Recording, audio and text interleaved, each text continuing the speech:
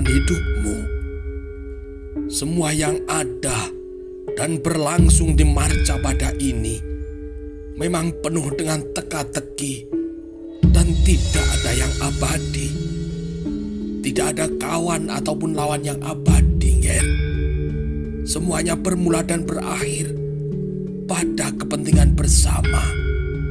Ger, jangan mudah percaya dengan seseorang yang menyatakan diri selaku kawanmu ataupun juga lawanmu.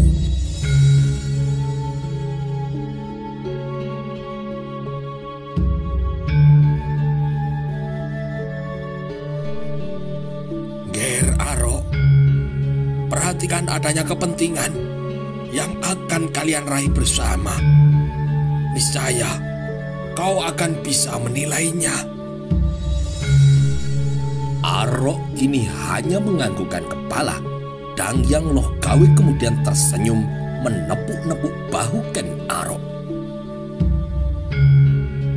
Ger putraku, bukankah kau telah berjanji pada penari hatimu untuk selekasnya menemuinya setelah engkau bertemu denganku, Ger? Jangan engkau biarkan ia menunggu lebih lama lagi.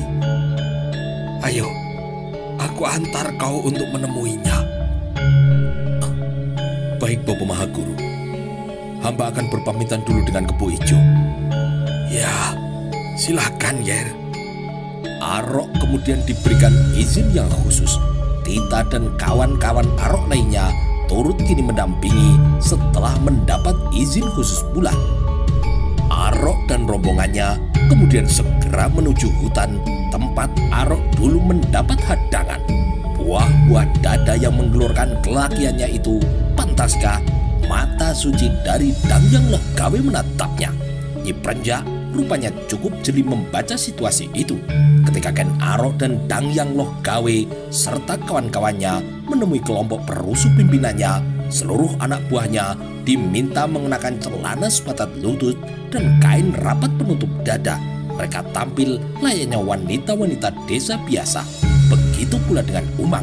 Maka tampillah kini Umang layaknya seperti perawan desa yang lugu, ayu, yang kian membangkitkan niat Arok untuk utuh-utuh memilikinya.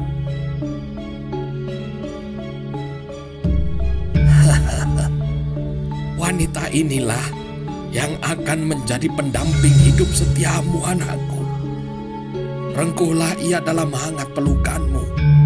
Padamkan tangis batinnya yang senantiasa mengiringi perjalanan hidupnya selama ini. Ger putraku, tempatkan ia di sisimu. Dangyang Loh Gawe kini berujar setelah mendapat sembah penghormatan dari Umang. Umang sendiri kini merasa sangat bahagia ketika mendengar ujaran dari Dangyang Loh Gawe. Kian bahagialah ia melihat Ken Arok, lelaki tampan yang telah mencuri hatinya itu, dengan mantap menganggukkan kepala.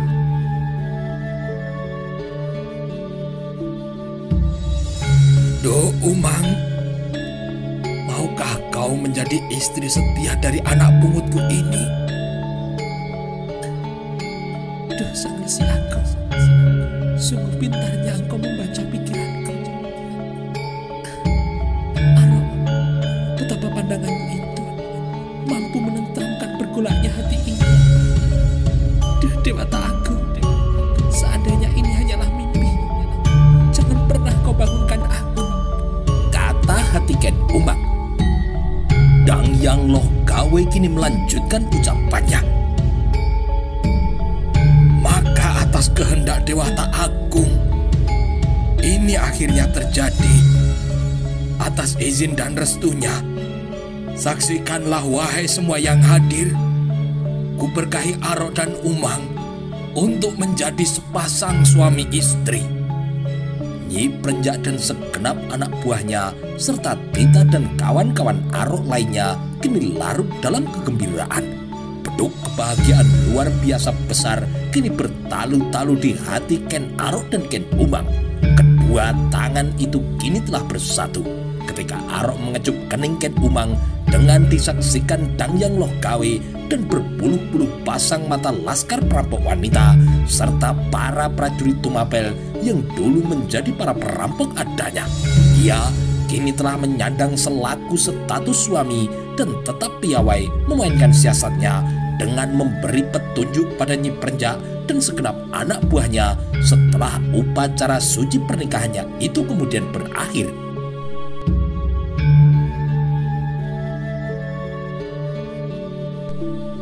Ger, siasat cerdikmu menunjukkan kualitasmu selaku pemimpin besar anakku. Dangyang Loh Gawe kini menepuk-nepuk bahu Ken Arok. Wajah tua itu kini menunjukkan kelegaan serta kebanggaan yang menyamudra. Sungguh aku berharap pada Yang Dewata Agung. Semoga aku masih diberinya umur panjang hingga sempat kusaksikan peristiwa agung itu. Peristiwa agung? Peristiwa apakah itu, Bopo Mahaguru? Arok kini tersentak. Dangyang Loh Gawe tidak menjawab, tidak menerangkan pula. Hanya senyumnya yang kini terlihat nampak. Tepukan lembutnya kian berulang-ulang menerpa bahu Arok. Arok kini berusaha memahami ucapan dari Dangyang Loh Gawe. Hidup memang penuh dengan teka-teki.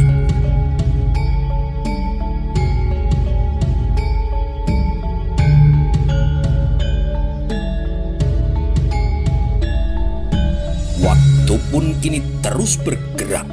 Tidak hanya kini Tunggul Ametung yang keheranan, Arok juga keheranan. Kerusuhan di Tumapel kini kembali menghebat. Pergolakan marak di mana-mana. Padahal sejak Arok dan kawan-kawannya menjadi prajurit Tumapel, telah begitu banyak wilayah di Tumapel yang menjadi kembali aman. Rakyat-rakyat di daerah itu kini kembali merasa mendapatkan perlindungan dan pengayoman. Namun mendadak daerah-daerah aman itu kembali kemudian bergorak, terjadi di luar perkiraan. Mungkinkah perampok-perampok kembali menebar ulah meskipun telah menyatakan kapok setelah dikalahkan Arok dan para anak buahnya? Berkaitan dengan hal itu, Agowo Tunggul Ametung kemudian memanggil Arok dan kemudian memberikan titah khusus untuk mencari tahu penyebab pergolakan kali ini. Hanya sendirian Arok kini mengemban titah sang Agowo itu. Arok kemudian melakukan penyamaran. Ia menanggalkan seragam prajurit Tumapel dan bergerak lincah seperti lakon yang dulu pernah diperankannya. Dihubunginya para perampok yang masih tetap beroperasi menjegal upeti untuk Kediri. Dari mereka, Arok mendapat berita para perampok pembuat ulah itu kemungkinan berasal dari kekuatan asing, bukan dari warga Tumapel. Arok, serangan mereka lebih terencana, lebih rapi, terperinci sasarannya. Mengesankan, mereka semua perampok yang terlatih. Persenjataan mereka lengkap, seragam, tidak seperti kami. Salah seorang kepala perampok kini memberikan kesimpulannya. Bisa jadi mereka orang-orang Kadiri, sebut salah seorang kepala perampok yang lain yang kemudian ditemui oleh Ken Arok. Jangan gegabah menuduh, Arok kini mengingatkan. Aku tidak asal menuduh, Arok. Pergerakan mereka bermula dari daerah-daerah perbatasan antara Tumapel dan Kediri. Sepengetahuanku, warga Tumapel di dekat perbatasan dengan Kediri itu tidak terlatih. Tidak pernah selama ini kita dengar mereka merampok atau membuat rusuh. Aku kira pula persenjataan mereka tidak selengkap seperti yang digunakan oleh para perampok itu. Siapa lagi para perusuh itu jika bukan orang-orang Kediri sendiri? Ken Arok dapat menerima pendapat itu. Namun masalah yang berhubungan dengan Kediri adalah masalah yang sangat peka. Arok tidak mau gegabah menyimpulkan. Terlalu besar pertaruhan di kemudian hari jika kesimpulannya itu kemudian salah. Ia akan melihat dan membuktikan sendiri siapa sesungguhnya para perusuh yang mengganas di Tumapel akhir-akhir ini. Kesempatan Arok kemudian terbuka setelah ia melakukan pengintaian sendirian di hutan-hutan perbatasan antara Tumapel dan Kediri. Sengaja ia mendatangi wilayah-wilayah sepi yang terlepas dari pengawasan para prajurit Tumapel. ketika suatu malam Arok melihat sekelompok orang, 15 orang jumlahnya, dari wilayah Kediri yang kemudian menyeberang memasuki wilayah Tumapel. Dari tempat persembunyiannya, Arok melihat 15 orang itu rata-rata bertubuh kekar, tegap, sigap dan gesit gerakannya, mengesankan mereka memang orang-orang yang terlatih dalam olah keprajuritan. Apakah mereka prajurit Kediri? Arok tetap tidak mau gegabah menuduhnya, meskipun bukti-bukti awal mengarah pada kenyataan itu. Ia ingin membuktikan secara nyata berasal dari bukti-bukti yang pasti, dan bukti yang didapatkannya sangat mencengangkan. 15 orang prajurit Kediri itu kemudian berganti baju menjadi berseragam prajurit Tumapel.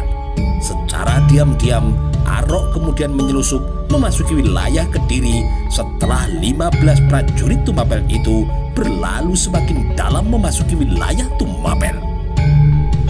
Beberapa saat ia berjalan, Arok kemudian mendapati pos paling depan wilayah Kediri yang dijaga oleh para prajurit. Ia memperkirakan tidak kurang 50 prajurit Kediri berada di tempat itu. Arok tetap diam. Ia rapat bersembunyi seraya lebih teliti memperhatikan. Bersyukurlah Arok pada Ki Lembong yang telah mengajarkan ilmu untuk dapat menatap jelas dalam kegelapan hingga segala kegiatan mereka tidak lepas dari pengawasannya. Mungkinkah 15 orang yang menyeberang ke wilayah Tumapel tadi berhubungan dengan pos penjagaan itu? Arok kini diam menunggu. Menjelang pagi, Arok kemudian melihat 15 orang penyusup wilayah Tumapel itu telah kembali. Mereka melewati jalan yang tidak jauh dari tempat pengintaian Arok seraya membawa barang jarahan mereka.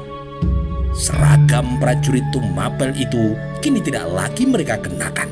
Telinga Arok kini jelas mendengar betapa sukacitanya mereka bisa mendapatkan jarahan dan menimbulkan kerusuhan di Tumapel. Jagat Pramudita, Arok kini terhanyak. 15 orang itu ternyata adalah prajurit-prajurit Kediri. Mereka bergabung dengan para prajurit di dalam pos penjagaan dan tawa mereka kini terdengar membahana. Seketika darah Ken Arok mendidih. Kemarahannya mengemuka. Ia merasa harus membalas kelakuan busuk dari para prajurit Kediri yang telah mengoyak-oyak ketentraman rakyat Tumapel. Maka di keremangan menjelang datangnya pagi itu, Arok kemudian mulai bertindak. Dengan gerak yang mengendap-endap seperti yang telah diajarkan oleh Ki Lembong, Arok kemudian mendekati pos penjagaan itu dari arah belakang. Dua orang prajurit Kediri yang tengah berbicara santai seketika menjadi korbannya. Keduanya rebah kehilangan nyawa setelah Ken Arok melancarkan serangan mematikan rahasianya. Tanpa menimbulkan suara mencurigakan, Arok kini terus bergerak mengendap-endap bagai gerak macan. Korban-korban kini terus berjatuhan tanpa disadari oleh para prajurit Kediri itu. Ketika Arok tiba di istal, segera dibakarnya kandang kuda itu. Api kemudian segera berkobar dahsyat, membakar apapun yang bisa dibakarnya, menjilat apapun yang bisa dijilatnya, menimbulkan kegemparan dan juga kepanikan luar biasa di kalangan para prajurit Kediri. Para prajurit Kediri kini berlarian menyelamatkan benda yang bisa mereka selamatkan serta diri mereka dan berusaha memadamkan api yang terus saja menyala dengan hebat itu.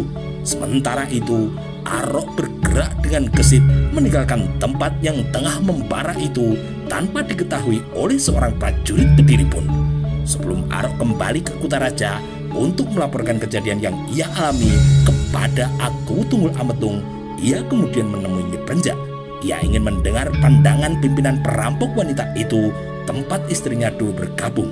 Seperti halnya para pemimpin rampok lainnya, Niprenjak juga menduga perampok itu bukanlah warga Tumapel sendiri. Arok, menurutku besar kemungkinan para perampok itu berasal dari Kediri. Ken Arok kini menganggukkan kepalanya. Benar, Nyi, mereka memang dari Kediri. Lebih tepatnya, prajurit-prajurit Kediri yang menyamar menjadi perampok. Apa? Para perampok itu sesungguhnya adalah para prajurit Kediri? Jagat Dewa Batara.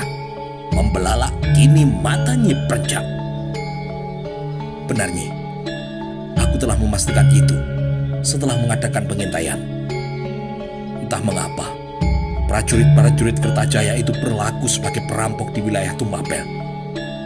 Itu sangat mengherankan. Yang lebih mengherankan, senjata-senjata yang mereka gunakan itu buatan dari Lulumbang. Lulumbang? Di mana Nyi Prenjak bisa menyimpulkan seperti itu? Giliran Arok yang kini kemudian tersentak. Nyi Prenjak meminta salah seorang anak buahnya untuk kemudian mengambil pedang yang mereka dapatkan setelah bentrok dengan para perampok itu. Nyi Prenjak menyerahkan pedang rampasannya kepada Ken Arok. Arok kini mengamati pedang itu. Pedang ini buatan Lulumbang. Apa kau yakin, Nyi? Aku memang sulit menjelaskan, tetapi jelas aku mengerti. Pedang ini adalah buatan dari Lulumbang. Aku tidak mengada-ada, Arok. Aku yakin pedang ini adalah buatan dari Besalin Lulumbang, pimpinan Empu Gandring. Empu Gandring? Dari orang-orang kepercayaannya, Arok juga mendengar cerita tentang perihal siapa Empu Gandring itu. Ia adalah empu yang jempolan, pembuat senjata ternama dari Lulumbang. Empu Gandring sendiri mempunyai besalan senjata di dekat rumahnya. Beberapa orang dijadikannya panja untuk membantu pekerjaannya. Bukan hanya keris yang bisa dipesan darinya, melainkan aneka senjata lainnya, pedang, tombak, trisula, dan senjata lainnya. Senjata buatan dari Empu Gandring dan panjak-panjaknya memang adalah pusaka yang berkelas. Khusus untuk keris yang berharga pesanan tinggi, Empu Gandring sendiri yang membuatnya. Keris buatannya terkenal bertuah. Siapapun, betapapun saktinya orang itu, ia pasti akan tewas jika tertusuk oleh keris buatan Empu Gandring. Serasa tidak ada kekebalan tubuh yang tidak bisa ditembus oleh keris buatan dari sang empu. Meskipun terkenal sakti, sang empu terkenal pula sebagai empu yang jumawa dan sombong. Baginya, uang dan kekuasaan di atas segala-galanya mengalahkan keagungan yang Pancagina sekalipun. Siapapun yang berani membayar tinggi pasti akan dilayaninya terlebih dulu. Bahkan biasanya ia juga meminta uang panjar dulu sebelum pesanan itu dibuat, kecuali pada Sri Kertajaya atau Tunggul Ametung saja. Sang empu itu masih sayang dengan kepalanya jika ia berani menunda-nunda atau mengakhirkan pesanan mereka. Ken Arok yakin keterangan Nyi Prenjak dapat diandalkan. Melihat sikap dan perilaku Empu Gandring tidak berlebihan, jika pedang-pedang yang digunakan para prajurit Kediri untuk merampok itu memang adalah buatannya, Ken Arok memahami kecerdikan para prajurit Kediri yang berlagak seperti prajurit Tumapel ketika merusuh dengan senjata buatan Lulumbang yang termasuk dalam wilayah Tumapel. Arok dapat menebak lebih lanjut pembayaran pembuatan senjata-senjata itu pasti berasal dari hasil rampokannya. Dari Tumapel dikembalikan lagi ke Tumapel dengan iring-iringan huru-hara. Berdebah, Ken Arok kini meludah. Cerdik juga para prajurit Kediri itu memainkan siasat buruknya. Ia kuat berkeyakinan Sri Kertajaya pasti berada di belakang semua itu. Ken Arok kini merasa harus melawan siasat yang kecil itu. Arok mengetahui permainan Empu Gandring, namun ia tidak buru-buru ke Lulumbang. Ia merasa belum waktunya mendatangi Empu Gandring, menganggapnya seraku senjata penting yang bisa digunakannya pada suatu hari nanti. Ken Arok kini malah kembali ke kota raja menghadap Yang Mulia Agowo untuk melaporkan hasil penyelidikan yang telah dibebankan kepadanya. Di ruang Paseban Pakuwon, Ken Arok kini menghadap pada Tunggul Ametung. Bagaimana hasil penyelidikanmu? Ken Arok kini mengaturkan sembah. Yang Mulia Agung, telah hamba ketahui secara pasti siapa para perusuh itu sesungguhnya. Bagus, kau tumpas mereka? Tidak, Yang Mulia. Tidak. Jagat Pramudita, keberanianmu melawan para perusuh itu, hei anak pungut Brahmana Logawi? Atau jangan-jangan mereka adalah kawan-kawan lamamu hingga kau biarkan mereka berlama-lama hidup? Yang Mulia Agung, para perusuh itu adalah para prajurit-prajurit Kediri. Arok, kau jangan coba-coba bermain-main dengan pradunga ngawurmu. Jangan kau berani melempar tuduhan yang sangat berbahaya itu. Tahukah kau akibatnya? Jika Yang Mulia Sri Kertajaya mendengar tuduhanmu, tidak hanya kepalamu itu yang akan terlepas dari tubuhmu, tetapi kepalaku juga, Arok. Itukah wujud kesetiaan yang kau janjikan kepadaku? Arok lantas menceritakan kejadian yang dialaminya ketika menyelidiki. Semuanya lengkap diceritakannya kecuali masalah-masalah senjata buatan dari Empu Gandring dan tentu saja pertemuannya dengan perampok-perampok Tumapel yang tidak lain adalah kawan-kawannya. Tunggul Ametung kini menjadi terdiam. Dahinya kini terlihat berkerut-kerut. Apa maunya Kediri itu? Apakah para prajurit itu merusuh tanpa sepengetahuan Yang Mulia Sri Kertajaya? Menurut hamba tidak. Paduka Yang Mulia Sri Kertajaya pasti mengetahui masalah ini. Para prajurit itu tidak mengambil banyak harta dari tindakan rusuhnya. Tidak sebanding dengan banyaknya prajurit yang merusuh. Yang Mulia, menurut hamba, para prajurit itu hanya berniat merusuh saja, berbuat onar, menciptakan situasi kacau balau di Tumapel. Untuk apa? Betapa bebalnya kau ini, Tunggul Ametung. Arok menukas dalam batinnya. Dibiarkannya, sang aku itu memikirkannya sendiri. Keparat! Tunggul Ametung kini mendadak membentak. Tumapel yang rusuh, kacau balau, menunjukkan ketidakberdayaanku dalam memimpin. Prajurit Kediri yang menyamar seperti prajurit Tumapel jelas menciptakan permusuhan langsung antara rakyat dan prajurit Tumapel. Keparat itu pasti tengah bersiasat yang berujung untuk menggantikanku dengan adik kandungnya atau siapapun juga sekehendaknya. Benar-benar keparat. Begitulah seharusnya kau berpikir, Tunggal Ametung.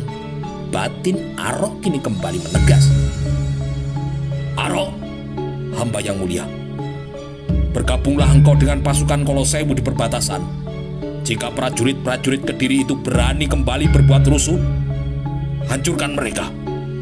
Namun jangan kalian mendahului menyerang atau memasuki wilayah Kediri. Hamba Yang Mulia.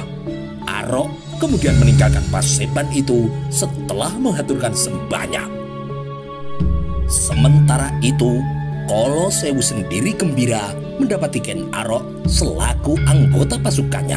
Ia telah melihat langsung kedikdayaan Arok ketika diuji oleh Tunggul Ametung sebelum menjadi prajurit Tumapel dan juga ketika telah menjadi prajurit.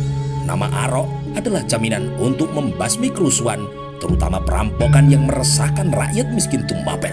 Bergabungnya Arok merupakan kekuatan tersendiri bagi pasukan Kolosewu yang terus berjaga dan bersiaga di perbatasan Tumapel dan Kediri. Kolosewu kemudian menempatkan Arok selaku salah seorang wakilnya. Tidak ada kejadian apapun setelah Arok bergabung dengan pasukan Tumapel di daerah perbatasan itu. Bagi Ken Arok sendiri, hal itu adalah sesuatu yang membosankan. Ia ingin melakukan penyusupan guna memasuki wilayah Kediri. Ia melakukan secara diam-diam mengingat Kolosewu tentu tidak memberi izin sesuai dengan perintah Tunggul Ametung. Ia terperanjat ketika mendapati banyaknya anggota pasukan Kediri yang disiagakan di daerah perbatasan. Senjata-senjata dalam jumlah yang besar kini telah disiapkan seakan-akan menyerbu Tumapel. Bagi mereka hanya tinggal menunggu aba-aba saja. Paman Kolosewu, firasatku mengatakan prajurit-prajurit Kediri dengan penyamaran akan menyusup ke wilayah kita tidak lama ini. Ken Arok kini berbicara setelah kembali bertemu dengan Kolosewu. Teringat ia pada peristiwa penyusupan prajurit-prajurit Kediri yang menyamar menjadi perampok dengan seragam prajurit Tumapel. Kita perlu mewaspadai gerakan mereka itu, Paman. Apakah mereka hendak menyusup? Apakah mereka hendak melakukan penyerangan, Arok? Ken Arok kini mengangkat bahunya. Untuk membuktikan kebenaran firasatku, coba tinggalkan sedikit saja prajurit kita di pos penjagaan. Akan kita lihat apa yang akan diperbuat para prajurit Kediri itu. Meskipun semula Kolo Sewu agak ragu-ragu, namun akhirnya ia setuju dengan siasat Ken Arok. Ia perintahkan 10 prajurit Tumapel tetap berada di dalam pos penjagaan, sementara sebagian besar prajurit Tumapel bersembunyi di sekitar pos penjagaan itu. Mereka kini bersiaga penuh dengan panah dan senjata yang terhunus sesuai perintah dari Kolo Sewu. Perhitungan Arok kini benar. Selewat tengah malam, muncul orang-orang yang berseragam hitam-hitam memasuki wilayah Tumapel. Sekitar 50 orang jumlah mereka. Dengan gerak cepat, mereka menangkap dan menahan 10 prajurit Tumapel di pos penjagaan itu. Ke-10 prajurit Tumapel itu kemudian diikat dengan mata mereka yang ditutup. 50 orang berpakaian hitam-hitam itu kini bergerak cepat dan menyebar. Namun pergerakan cepat itu masih kalah cepat dibanding dari desingan anak-anak panah tajam yang kemudian segera menghujani mereka. Teriakan dan raung kesakitan kini menyentak keheningan malam. Tubuh-tubuh itu kini limbung bertumbangan tertancap oleh anak-anak panah. Mendapati serangan mendadak yang memakan banyak korban tanpa mereka bisa membalasnya, orang-orang yang berpakaian hitam-hitam itu pun kemudian segera mundur seraya menyeret tubuh-tubuh kawannya. Tidak juga reda hujan anak panah yang menerpa mereka hingga mereka meninggalkan wilayah Tumapel. Para prajurit Tumapel itu kini bersorak-sorak. Nama Arok kini mendadak dieluk-elukan setelah Kolo Sewu membuka siapa pemilik siasat cemerlang itu. Wilayah sepi itu kini berubah menjadi hingar-binar dengan jabat tangan, tawa dan keseruan kemenangan. Hahaha, Arok, firasatmu benar. Kau ini seperti mengerti apa yang akan terjadi. Berkat siasatmu, kita berhasil memukul mundur mereka. Kolo Sewu kini menepuk bahu Arok. Kebanggaan dan kegembiraan besar terpancar dari wajahnya. Ini hanya untuk sementara waktu, Paman. Untuk sementara waktu. Kolo Sewu kini tersentak. Mereka pasti akan kembali, Paman. Dalam jumlah yang sangat besar. Mereka tentu akan membalas kekalahan telak tadi. Ya, aku setuju dengan pendapatmu. Sebaiknya aku segera menghadap Yang Mulia Agung untuk meminta tambahan prajurit. Kolo Sewu kini menganggukkan kepalanya. Ya, itu adalah langkah yang paling tepat, Paman. Baik, kau dan beberapa prajurit mengikutiku untuk meyakinkan Yang Mulia Agung. Baik, Paman. Beberapa saat kemudian berangkatlah Kolo Sewu, Ken Arok dan beberapa prajurit menuju ke kota raja guna melaporkan kejadian yang terjadi itu kepada Agowu Tunggul Ametung.